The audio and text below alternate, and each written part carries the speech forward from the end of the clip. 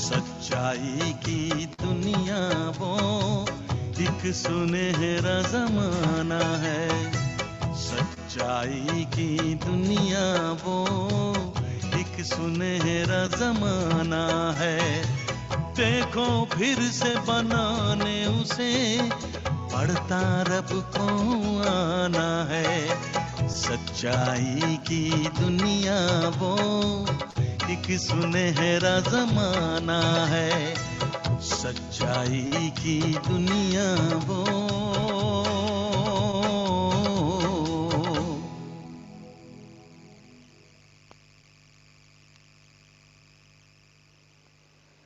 सतगुरु बाबा की सभी को क्या याद प्यार। सतगुरुवार के दिन बाबा की शिक्षाएं हम सभी बच्चों के लिए। बाबा कहते हैं कि देखो, भक्ति में भी भक्त लोग बहुत प्यार से भगवान को याद करते हैं। और लेकिन वो कब याद करते हैं? जनरली भक्त लोग कब याद करते हैं? जब बहुत दुख होता है या कोई चीज़ की इच्छा होती है, कामना होती है, चाहना होती है, उसकी पूर्ति के लिए भगवान को याद करते हैं। लेकिन बाबा ने कहा अभी बच्चों की याद कैसी होनी चाहिए? बच्चों की याद तो निरंतर होनी चाहिए। बच्चे थोड़े कि जब दुख हो तब आप याद करोगे ना। बच्चों को तो बाप की याद हमेशा बनी रहनी चाहिए। लेकिन भक्ति और ज्ञान में बहुत अंतर है, जो बाबा ने बताया ही हुआ है। तो भक्ति में जब याद करते हैं तो उसमें हम केवल भगवान को याद करते हैं, ना तो भगवान का सही परिचय है और ना ही खुद का, कि याद करने वाला मैं कौन हूँ। और ज्ञान में सबसे पहले तो हमें यही समझ मिली कि याद करने वाला मैं कौन और मुझे किसको याद करना है। तो ये अंतर है। इसलिए मनुष्य तो कहते हैं ना कि सभी रास्ते एक हैं, है ना। भगवान को तो हम भी याद कर रहे हैं, लेकिन उनकी याद करना और हमारे याद करने में बहुत अंतर है। तो इसलिए बाबा कहते हैं कि तुम बच्चे ही हैं जो यथार्थ अभी हर बात को समझ रहे हो बाप के द्वारा। तो आज बाबा ने भक्ति की भी बातें समझाई। फिर ज्ञान की ज़रूरत कब पड़ती है, बाप को कब आना पड़ता है, वो भी बाबा समझा रहे हैं, बता रहे हैं। सुनेंगे आज के महावाक्य। बाबा ने कहा, मीठे बच्चे, बाप तुम्हें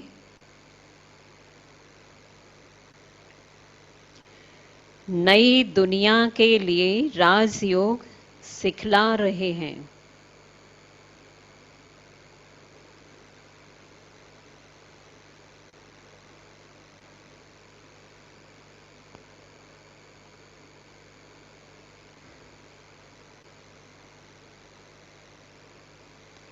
इसलिए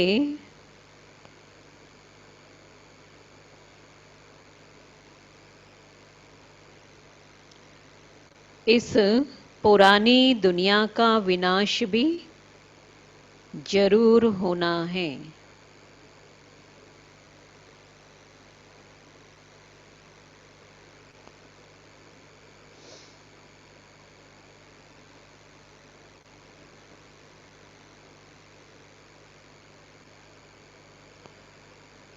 प्रश्न है, मनुष्यों में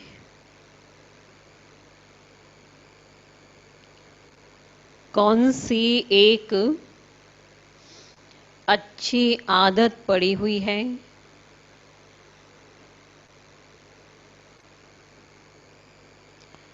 लेकिन उससे भी प्राप्ति नहीं होती?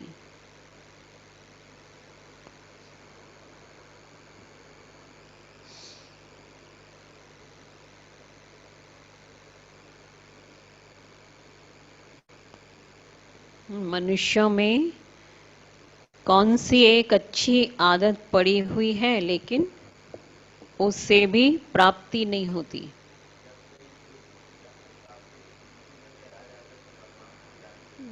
हाँ, है ना। तो उत्तर है मनुष्यों में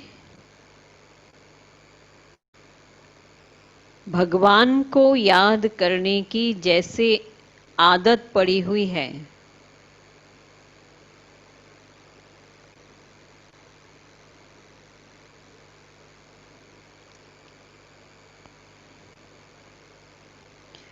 जब कोई बात होती है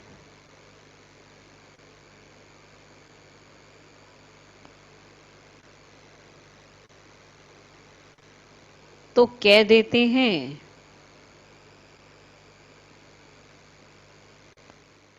हे, लेकिन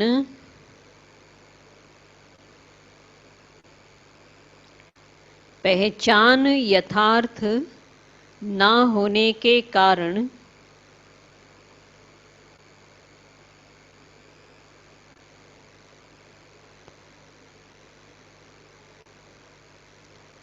प्राप्ति नहीं होती है।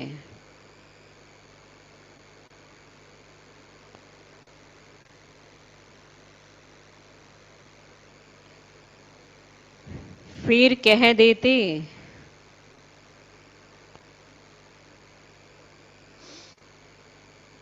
सुख दुख सब वही देता है।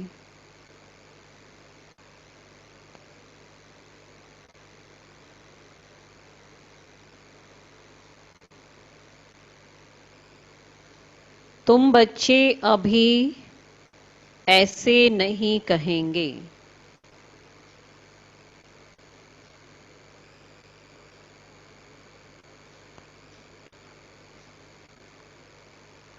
ओम शांति।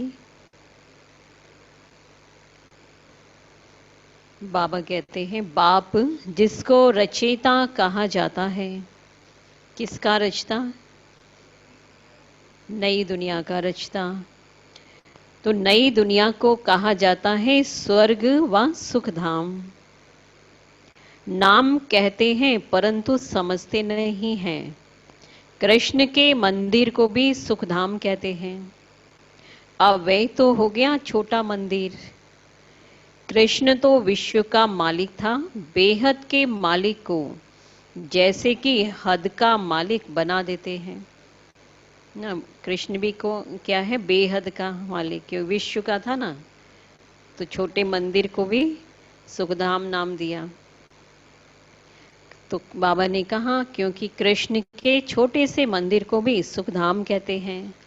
बुद्धि में ये नहीं आता है कि वह तो विश्व का मालिक था, भारत में ही रहने वाला था।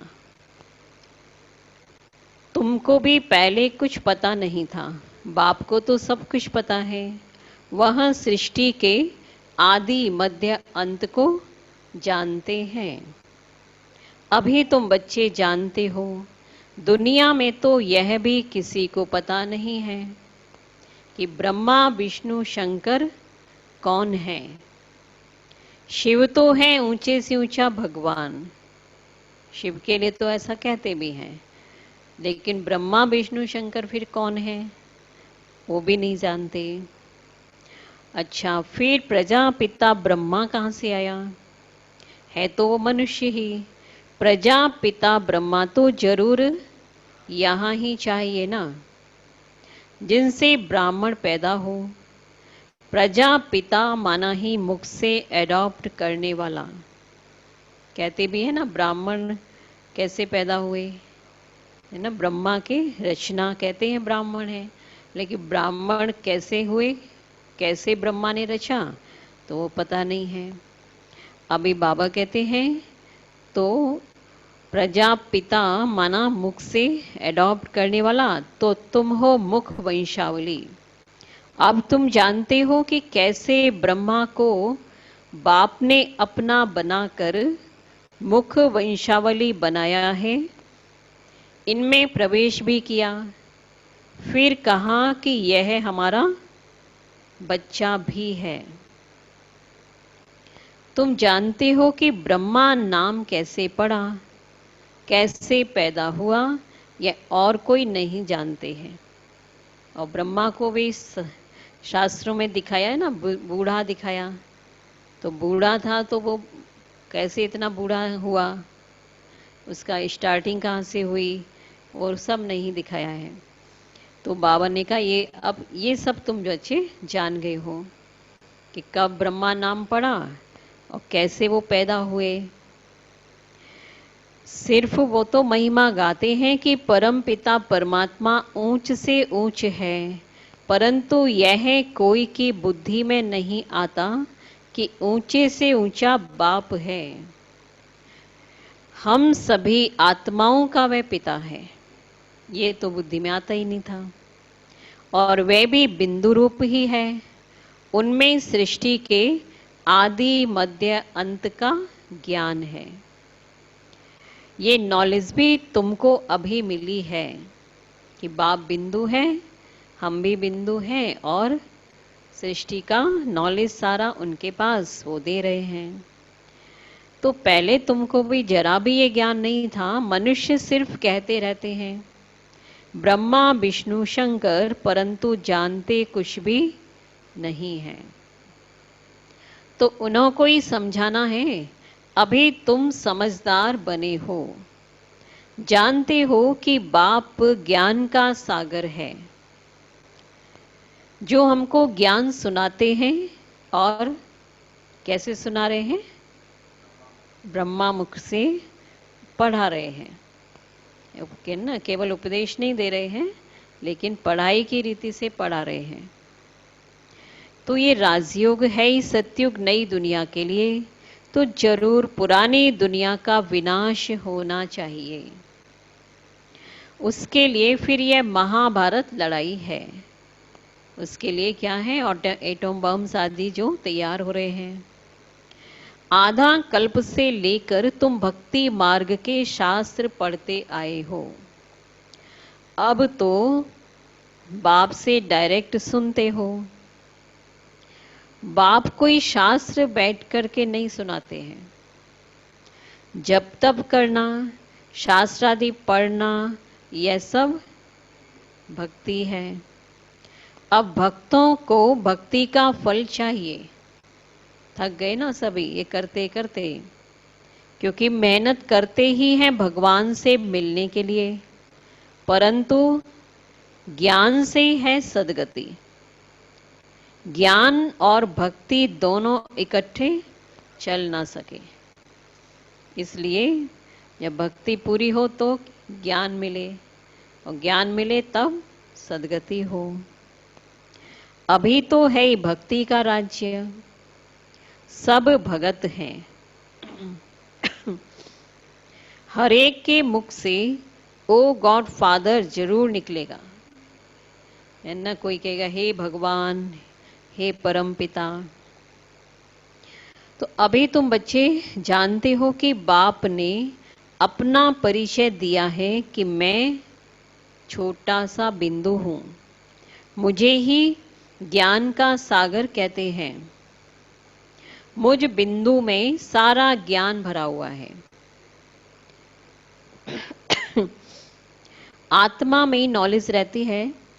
अभी तुम बच्चे समझते हो कि उनको परम पिता परमात्मा कहा जाता है। वह है सुप्रीम सोल, अर्थात सबसे ऊंचे से ऊंचा पतित पावन बाप ही सुप्रीम है ना। मनुष्य हे भगवान कहेंगे तो क्या याद पड़ता है बताओ? हैं? सोल याद पड़ती है उनको, सुप्रीम सोल वो याद पड़ता है।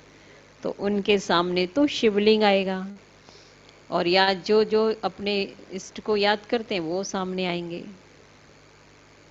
और वो भी यथार्थ रीति से नहीं। एक जैसे कि ये आदत पड़ गई है कि भगवान को याद करना है। दिनचर्या में ये भी एक शामिल कर लेते हैं कि बस एक टाइम जल्दी उठ के नहा धो के पहले भगवान को याद करो। तो एक ये आदत है बस। फिर समझते हैं भगवान ही सुख दुख देता है ना। राइट बात है ना, भगवान ही सुख दुख देता है। वो तो समझते हैं कि भगवान ही सुख दुख देता है। अभी तुम बच्चे ऐसे नहीं कहेंगे। तुम जानते हो कि बाप तो क्या है? सुखदाता है, सुख का सागर है। सतयुग में सुख धाम था, जो सृष्टि रची बाप ने, वो भी क्या थी? सुख धाम। वहां दुख का नाम ही नहीं था। कलयुग में है ही दुख, और यहां सुख का नाम ही नहीं है। तो ऊंचे से ऊंचा भगवान है, वह है सर्व आत्माओं का पिता। यह किसी को पता नहीं है कि आत्माओं का बाप भी है। कहते तो हैं कि हम सब ब्रदर्स हैं, हम सब भाई भाई हैं, तो जरूर भाई भाई का कोई तो पिता होगा ना, है ना। तो बाबा ने कहा तो जब कहते हैं हम भाई भाई हैं, ब्रदर्स हैं, तो जरूर सब एक बाप के बच्चे ठहरे ना। कोई फिर कह देते हैं कि वह तो सर्वव्यापी है, तेरे में भी है, मेरे में भी है, सब में है। अरे तुम तो आत्मा हो, है ना। अभी तो हम समझा सकते हैं, बता सकते हैं कि आप तो आत्मा हो, ये शरीर है तुम्हारा बस। फिर तीसरी चीज कैसे हो सकती? फिर तीसरा परमात्मा कैसे सब में आ सकते? और आत्मा को परमात्मा थोड़े ही कहेंगे, वो लोग तो ये भी बोल देते हैं कि आत्मा ही परमात्मा।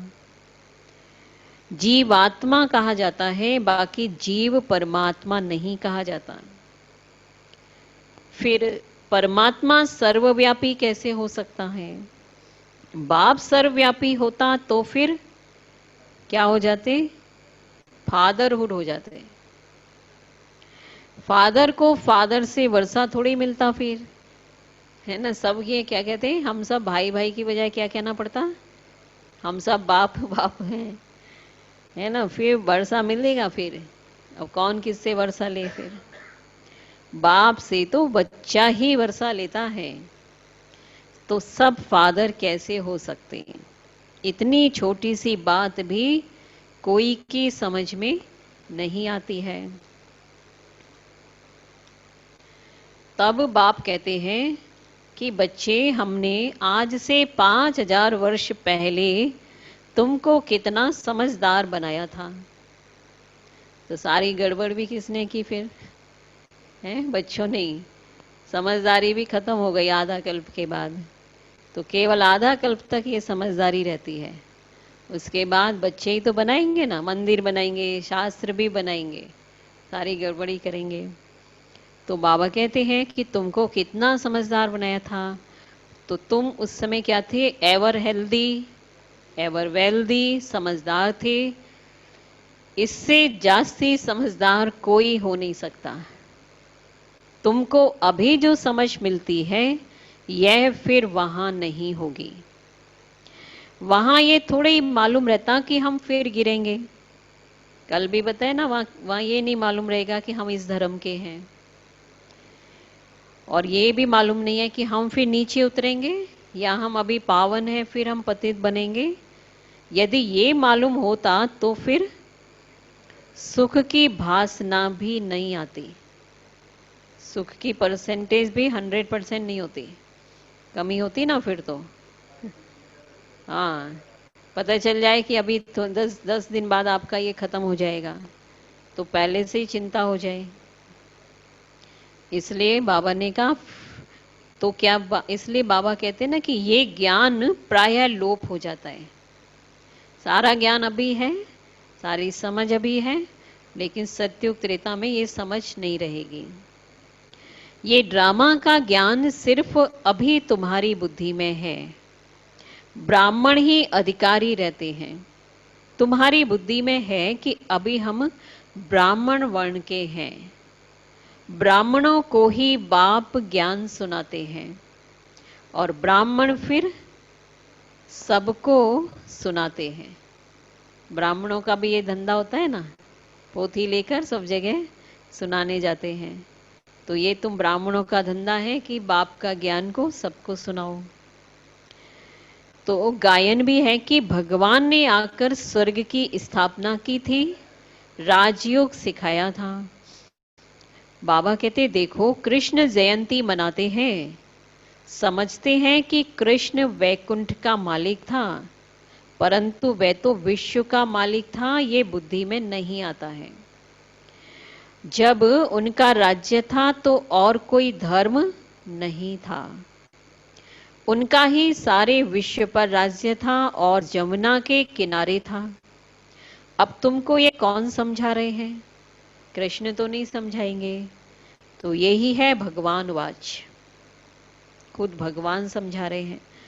बाकी वह जो भी वेद शास्त्र आदि सुनाते हैं वह है भक्ति मार्ग के। यहां तो खुद भगवान तुमको सुना रहे हैं। अभी तुम समझते हो हम पुरुषोत्तम बन रहे हैं, तुमको ही यह बुद्धि में है कि हम शांति धाम के रहने वाले हैं। फिर हम आकर 21 जन्मों की प्रारब्ध भोगेंगे। तो तुम बच्चों को अंदर में खुशी से गदगद होना चाहिए कि बेहद का बाबा शिव बाबा हमको पढ़ा रहे हैं। जिसके लिए इतना भक्ति की थी वो अब हमको पढ़ा रहे हैं। वह ज्ञान का सागर है, सृष्टि के आदि मध्य अंत को जानते हैं, और ऐसा बाबा हमारे लिए आया है। तो खुशी में क्या होना चाहिए? गुदगुदी होती है, पूछ रहे हैं बाबा, होना चाहिए ना? अच्छा, बाबा को कहते हैं ना कि बाबा हमने आपको अपना वारिस बनाया है। बनाया है, बनाया जब तो कहेंगे ना, तो बनाया है। कौन कौन बोलता है बाबा को ऐसे?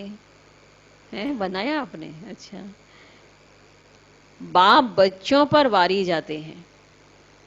बाप तो कहते हैं तुम मेरे वारिस हो बच्चे, लेकिन बच्चे जो कहते हैं कि हमने बाबा को अपना वारिस बनाया है, इसका मतलब क्या हुआ है? कि हमारा भी कुछ नहीं, हमारा जो है वो सब, जैसे बाप का जो सब वो बच्चे का होता है ना, तो ऐसे ही अब हमारा तो कुछ नहीं है, सब कुछ बाबा का है। तो बाबा कह रहे हैं तो बाप भी फिर बच्चों पर वारी जाते हैं, ऐसे बच्चों पर फिर बाप भी वारी जाते हैं, कुर्बान जाते हैं कि बच्चे तो मेरा भी सब तुम्हारा है। बच्चे कहते हैं ना कि भगवान आप जब आएंगे तो हम आप पर वारी जाएंगे, अर्थात बच्चा बनाएंगे। तो यह भी अपने बच्चों को ही वारिस बनाते हैं, है ना? बाप भी फिर, क्योंकि बच्चों को ही तो वारिस बनाया जाता है ना। तो शिव बाबा भी क्या कहते हैं कि मैं भी अपने बच्चों को ही वारिस बनाता हूँ। कौन बच्चे? जो डायरेक्ट अभी बाप को पहचानते हैं। बाकी जो पहचानते नहीं है बच्चे तो वो भी हैं, सारी आत्माएं हैं बच्चे, लेकिन जो पहचान ही नहीं रहे हैं तो वो भी वो वारिस नहीं बन सकते हैं। तो आज बाबा ने बोला ना, मैं भी अपने बच्चों को ही तो वारिस बनाता हूँ। बाबा को वारिस कैसे बनाएंगे? है ना, बाबा को बच्चे बाबा को वारिस कैसे बनाएंगे? रंजू बहन, कैसे बनाएंगे? बनाया है वारिस बाबा को? आधा ऐसे आधा ऐसे, कैसे बनाएंगे? यह भी गुह्य बात है, बहुत गहरी बात है ना ये भी। तो बाबा कहते हैं कि अपना सब कुछ एक्सचेंज करना, वारिस बनाना मतलब अब अभी अपना सब कुछ एक्सचेंज करना, और इसमें भी बुद्धि का काम है। ये भी समझ है ना, ऐसा थोड़ी लाके सब यहाँ रख दिया कि हो गए वारिस। बुद्धि से वारिस बनना, ऐसे लाके रखना बड़ा इजी है, ठीक है ना, ऐसे दे दिया सब कुछ, लेकिन बुद्धि से देना ये बहुत गुह्य बात है, और यही बड़ी बात है। तो चलो याद करते हैं बाबा को। तो क्या कहा बाबा को? वारिस की बात चल रही थी ना, बाबा समझा रहे हैं क्या ना, कैसे वारिस बनाना बाबा को बुद्धि से कैसे। तो बाबा बता रहे हैं, तो अपना सब कुछ एक्सचेंज करना इसमें बुद्धि का काम है। गरीब तो झट एक्सचेंज कर लेंगे, साहूकार मुश्किल करेंगे। जब तक कि पूरी रीति ज्ञान न उठावें इतनी हिम्मत नहीं रहती। साहूकारों में भी किया है ना एक्सचेंज, या बाप को वारिस बनाया, लेकिन वो भी बहुत कम। जिन्होंने अच्छे से ज्ञान को समझा, जिन्होंने बाबा को पहचाना, ऐसे भी हुए यज्ञ में। तो बाबा ने कहा गरीब तो झट कह देते हैं बाबा हम तो आपको ही वारिस बनाएंगे, हमारे पास रखा ही क्या है। वारिस बनाकर फिर शरीर निर्वाह भी अपना करना है। सिर्फ ट्रस्टी समझकर रहना है और युक्तियां बहुत बताते रहते हैं। अब वारिस बनने के लिए फिर बाबा को वारिस बनाया ना, तो क्या जिम्मेवारी होगी हमारी फिर? हैं? ट्रस्टी हो गए तो ट्रस्टी की जिम्मेवारी क्या है फिर? पूछ के करना। दूसरी बात है कि बाबा कहते हैं, बता रहे हैं बाबा कि बाबा फिर देखते हैं कि कोई भी पाप कर्म में पैसे खराब तो नहीं करते हैं। ये है, क्योंकि अभी अब पैसा वो किसका है? बाबा का है। और बाबा तो पुण्य के कार्य के लिए आए हैं, दुनिया को बदलने आए हैं, पाप की दुनिया को खत्म करने आए हैं। तो कहीं उस पाप की दुनिया में ही तो वो पैसा फिर नहीं लग रहा। मनुष्य को पुण्य आत्मा बनाने में पैसा लगाते हैं, है ना, मतलब ईश्वरीय सेवा में, कोई भी सर्विस में वो पैसा लगे तो वो बात अच्छा है। और सर्विस भी कायदे से करते हैं, ये पूरी जांच करेंगे, है ना। इससे फिर पूरी बाबा उसका ध्यान रखते हैं, देखते हैं कि हाँ रियल में ये वारिस बच्चा है या नहीं है। फिर सब राय भी देंगे। यह भी धंधे में ईश्वर अर्थ निकालते थे ना, ब्रह्मा बाबा भक्ति में निकालते थे। वह तो था इनडायरेक्ट, भक्ति में भी निकालते हैं बहुत लोग, व्यापारी प्राय। तो धन जो भी कमाई होगी पहले उसको एक अलग बॉक्स रखेंगे, उसमें रोज का रोज कुछ ना कुछ निकालते हैं। तो वो था इनडायरेक्ट कि भगवान के नाम पे निकाला। अभी तो बाप डायरेक्ट आए हैं। मनुष्य समझते हैं हम जो कुछ करते हैं उनका फल ईश्वर दूसरे जन्म में देते हैं। कोई गरीब दुखी है तो समझेंगे कर्म ही ऐसा किया हुआ है। कर्म को भी सब सामने रखते तो है ना कि हाँ शायद इसने ऐसे कर्म किए हैं, अच्छे कर्म किए हैं तो सुखी हैं। बाप तुम बच्चों को कर्मों की गति पर भी समझाते हैं। रावण राज्य में तुम्हारे सब कर्म विकर्म ही हो जाते हैं। सतयुग और त्रेता में रावण ही नहीं, इसलिए वहां कोई कर्म विकर्म नहीं होता है। यहाँ जो अच्छे कर्म करते हैं उनका अल्प काल के लिए सुख मिलता है। फिर इस कलयुग में अच्छे कर्म तो थोड़े नाम मात्र के लिए भी अच्छा कर्म कर रहा है ना, तो उसका भी कुछ अच्छा फल मिलेगा अल्पकाल के लिए। फिर भी तो कोई ना कोई रोग खिटपीट तो रहती ही है, क्योंकि अल्पकाल का सुख है ना। सदा का सुख तो क्या होगा? एवर हेल्दी एवर वेल्दी, तब होगा सदा का सुख। और बाकी हेल्थ में है, कुछ खिटपीट हो रही है, संबंध ठीक है, लेकिन खुद का ही शरीर ठीक नहीं, उसमें कुछ कुछ तो सदा का सुख तो नहीं है। तो अभी बाबा कहते हैं कि यह रावण राज्य ही खत्म होना है। राम राज्य की स्थापना शिव बाबा कर रहे हैं। तुम जानते हो यह चक्र कैसे फिरता है। भारत ही फिर गरीब हो जाता है। भारत आज से 5000 वर्ष पहले स्वर्ग था।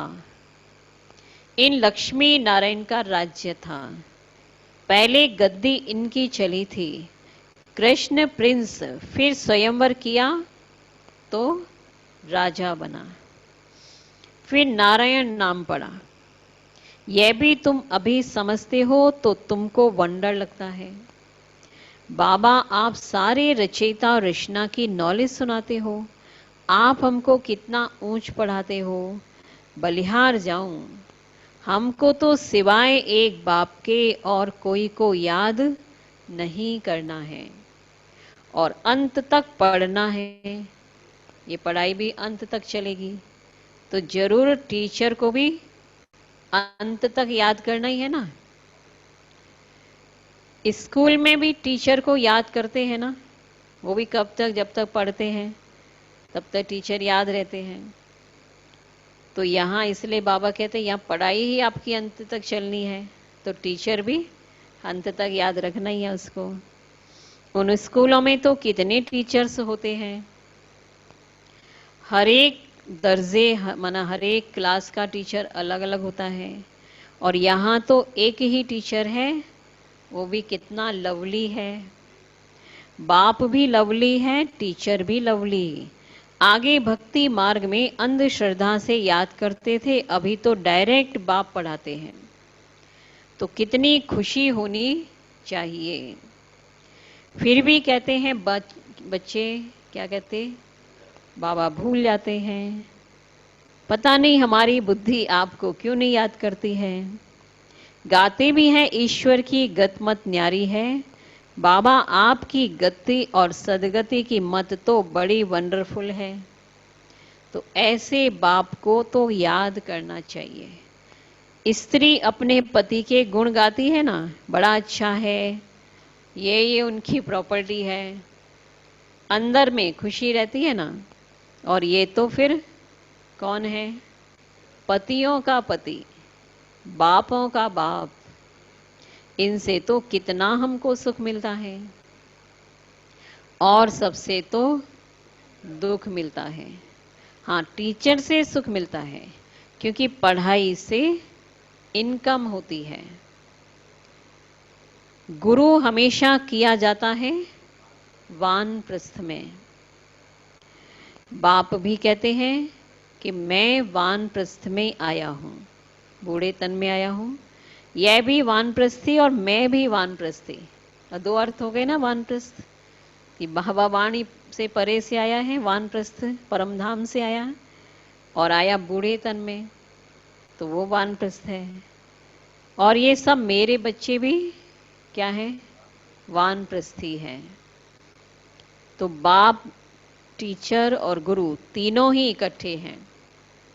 बाप टीचर भी बनते हैं, फिर गुरु बन साथ ले जाते हैं। उस एक बाप की ही महिमा है, यह बातें और कोई शास्त्र आदि में नहीं है। बाबा हर बात अच्छी रीति समझाते हैं, इनसे ऊंची नॉलेज कोई होती नहीं है, न जानने की दरकार रहती है। हम सब कुछ जानकर विश्व के मालिक बन जाते हैं, और जास्ती क्या करेंगे। बच्चों की बुद्धि में यह हो तब खुशी में और उसी याद में रहें। पुण्य आत्मा बनने के लिए याद में जरूर रहना चाहिए। माया का धर्म है, अब माया का भी धर्म क्या है, हाँ, तुम्हारे योग को तोड़ना। योग में ही माया विघ्न डालती है ना, भूल जाते हो ना। माया के तूफान बहुत आते हैं, यह भी ड्रामा में नूंद है। सबसे आगे तो ये है, कौन, ब्रह्मा बाबा है। तो इनको सारे अनुभव होते हैं, माया के सारे तूफानों का अनुभव बाबा को हुआ है, किया है बाबा ने। क्योंकि बाबा कहते मेरे पास जब आए तभी तो सबको समझाऊं ना। ये सब माया के तूफान आएंगे, कैसे फिर मैंने पार किया, तो वो बच्चों को समझा सकेंगे। बाबा के पास भी आते हैं, तुमको भी आएंगे। माया का तूफान ही न आए, योग लगा ही रहे तो कर्मातीत अवस्था हो जाए। फिर हम यहाँ रह न सकें, कर्मातीत अवस्था हो जाएगी तो फिर सब चले जाएंगे। शिव की बारात गाई हुई है ना, शिव बाबा आए तब हम सभी आत्माएं जाएं। और शिव बाबा आते ही हैं सबको ले जाने। सतयुग में इतनी आत्माएं थोड़ी ही होंगी, सब जाएंगे सभी, लेकिन जो पढ़ रहे हैं वो सतयुग में जाएंगे। अच्छा मीठे मीठे सिक्के लधे बच्चों प्रति मात पिता बाप दादा का याद प्यार और गुड मॉर्निंग। रूहानी बाप की रूहानी बच्चों को नमस्ते।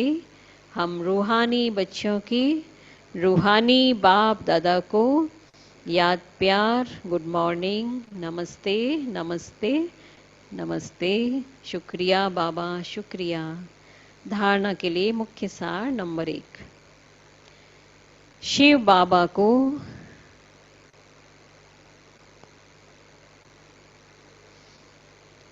अपना वारिस बनाकर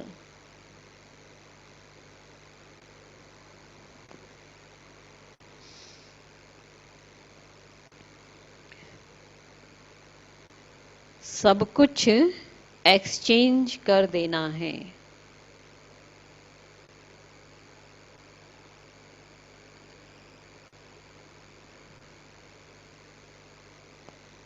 वारिस बनाकर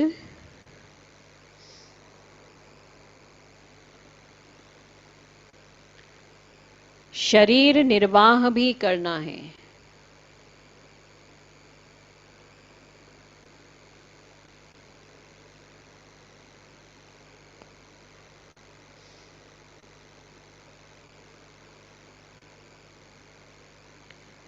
पैसे कोई भी पाप कर्म में, सॉरी, वारिस बना के देख रहे हैं, शरीर निर्वाह करना है, ट्रस्टी समझकर रहना है।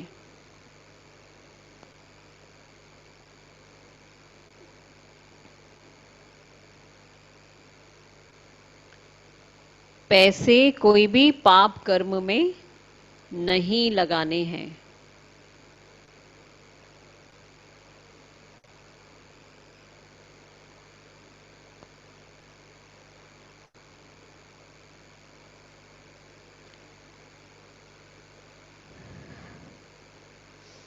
दूसरा नंबर,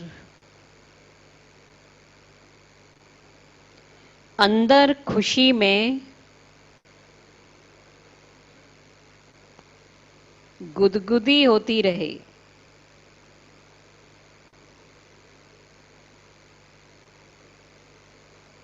कि स्वयं ज्ञान का सागर बाबा हमको पढ़ा रहे हैं।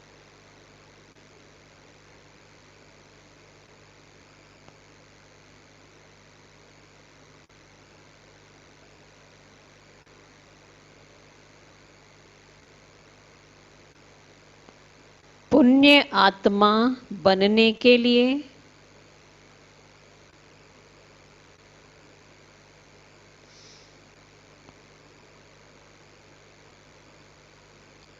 याद में रहना है।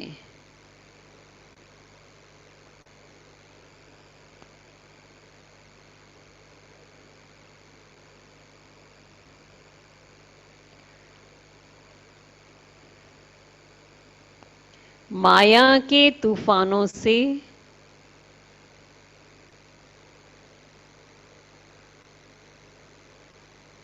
डरना नहीं है।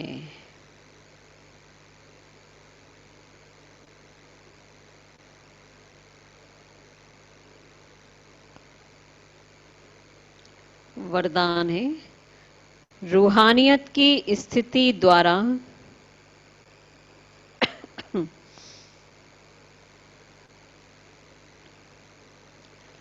व्यर्थ बातों का स्टॉक खत्म करने वाले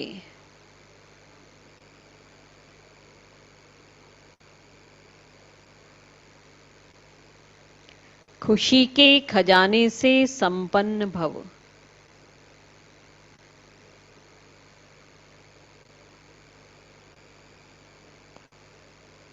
रूहानियत की स्थिति द्वारा व्यर्थ बातों का स्टॉक खत्म करने वाले खुशी के खजाने से संपन्न भव। इसका विस्तार है, रूहानियत की स्थिति द्वारा व्यर्थ बातों के स्टॉक को समाप्त करो, नहीं तो एक दो के अवगुणों का वर्णन करते बीमारी के जर्म्स वायुमंडल में फैलाते रहेंगे। है ना, ये अवगुणों की बीमारी के जर्म्स वायुमंडल में फैलाते रहेंगे। इससे वातावरण पावरफुल नहीं बनेगा। आपके पास अनेक भावों से अनेक आत्माएं आएंगी, लेकिन आपकी तरफ से क्या लेकर जाएं? शुभ भावना की बातें ही लेकर जाएं। है ना, बहुत सी बातें लाएंगे सामने, एक दूसरे का अवगुणों का भी वर्णन करेंगे सामने, लेकिन हमें क्या देना उनको? शुभ भावना से भरपूर करके भेजें। यह तब होगा जब स्वयं के पास खुशी की बातों का स्टॉक जमा होगा। यदि दिल में किसी के प्रति कोई व्यर्थ बातें होंगी, तो जहां बातें हैं वहां बाप नहीं, पाप है। जहां दिल में भी किसी के प्रति कोई व्यर्थ बातें होंगी, व्यर्थ बातें जाएं वहां तो बाप रह ही नहीं सकते, और जहां बाप नहीं है तो वहां तो पाप ही होगा। तो आज का वरदान ने क्या सिखाया? तो इसके लिए अपनी स्थिति को रूहानियत से भरपूर करो, तब सर्व के प्रति रूहानी भाव आएगा। और रूहानी भाव में क्या है? शुभ भावना। जहाँ देह भाव होता है, दैहिक भाव में ही होता है फिर ये ऐसा वो वैसा, एक दूसरे के अवगुण देखेंगे। और रूहानियत का भाव है तो शुभ भावना है। स्लोगन है, स्मृति का स्विच ऑन हो तो मूड ऑफ हो नहीं सकती।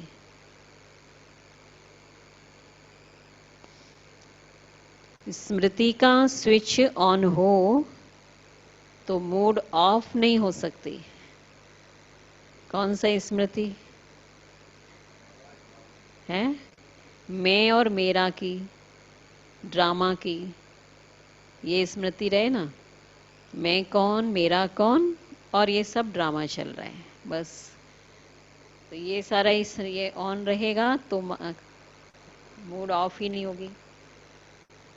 मूड ऑफ तो ऐसी होती है ना, जब स्विच ऑफ है, ये वाला स्मृति का स्विच ऑफ है तो मूड ऑफ हो जाता है।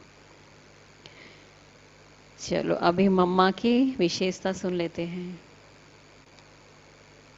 मम्मा में हमने यह देखा कि सामने कोई भी आए, किसी भाव से भी आए, मम्मा की दृष्टि पड़ते ही वह चरणों में झुक जाता था। हम तपस्या में 14 वर्ष मम्मा के अंग संग रहे। रोज अमृत बेले 2 बजे बिस्तर छोड़ती थी और कुर्सी पर बैठकर योग करती थी। यह मम्मा की नियमित दिनचर्या थी। मम्मा हमें सब प्रकार की कर्मणा सेवा साथ में बैठकर सिखाती थी।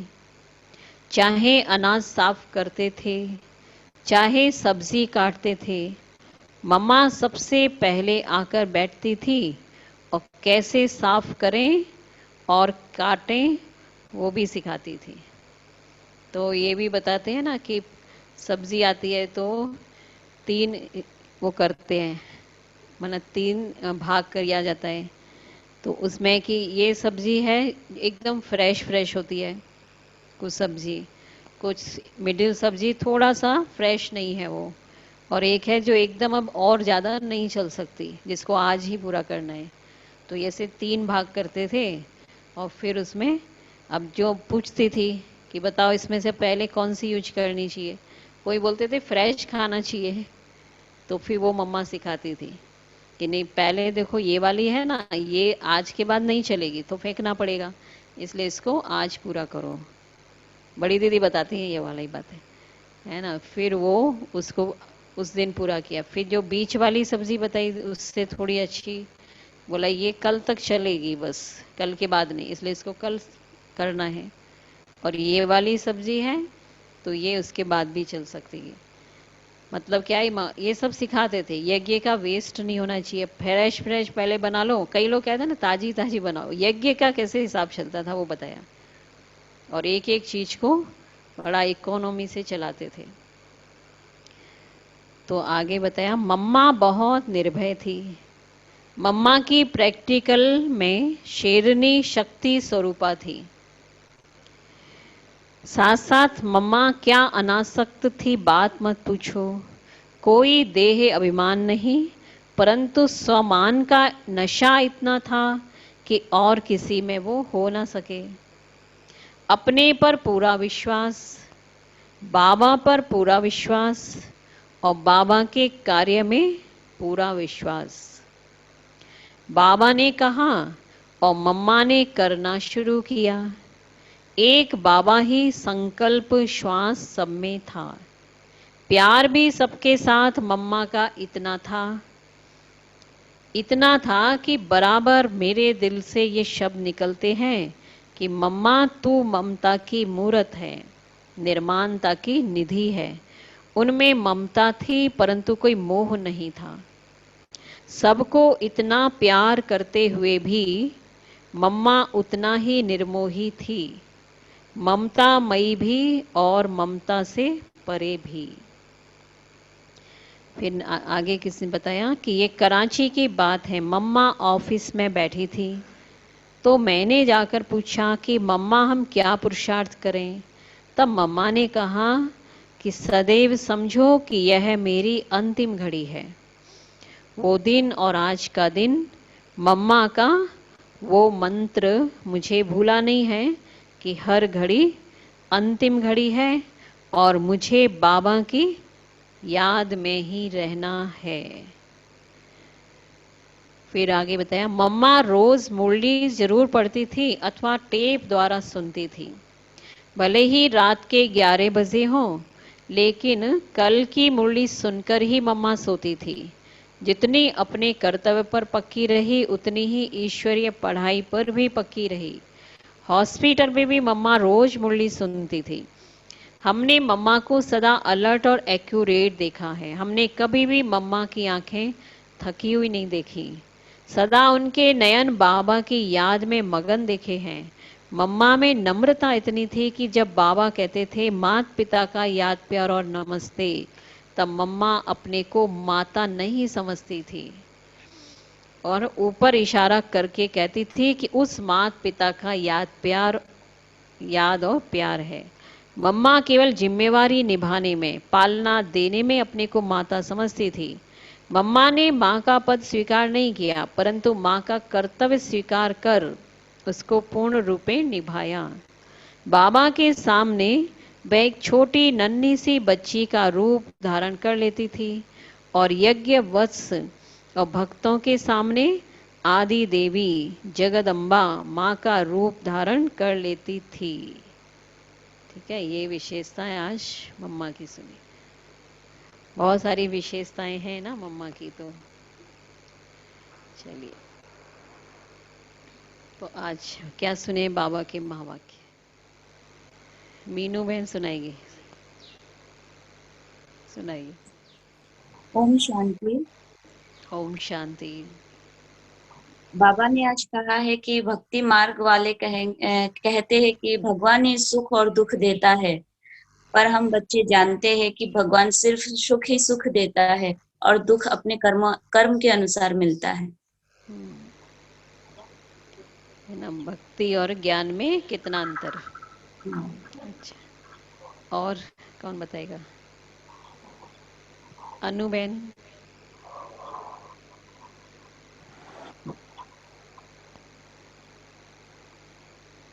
पैसों को कोई पाप कर्म में नहीं लगाना है, बाबा कहते हैं।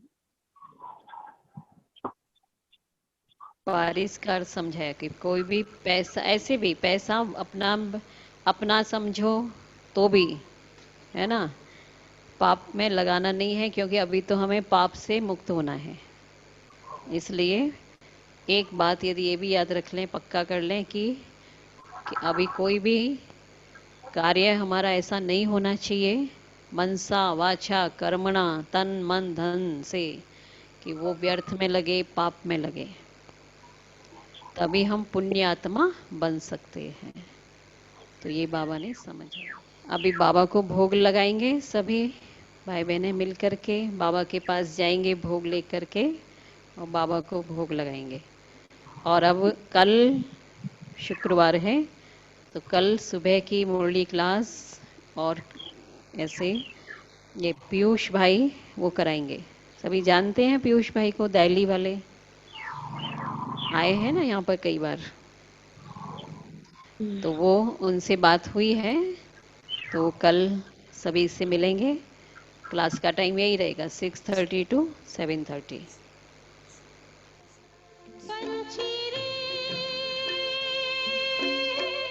उड़ जा प्यारे वतन में, नीले अंबर के उस पार, बड़े प्यार से भरे भाव से, बड़े प्यार से भरे भाव से जा बाबा के अंतर द्वार। उड़ जा प्यारे वतन में, नीले अंबर के उस पार, पंछी रे।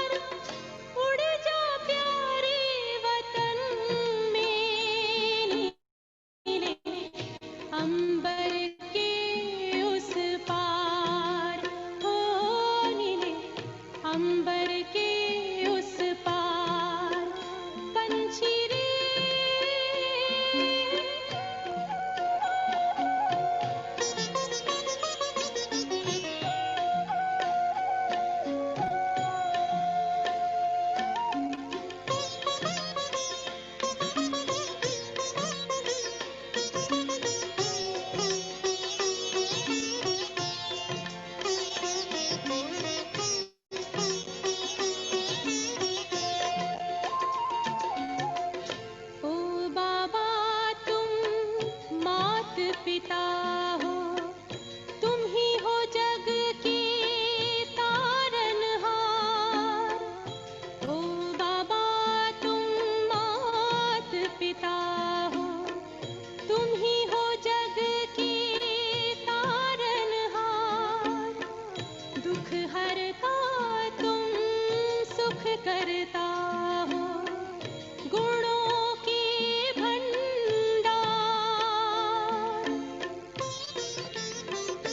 हम सब बच्चे गाते हैं तेरी, हम सब बच्चे गाते हैं तेरी महिमा अपरंपार।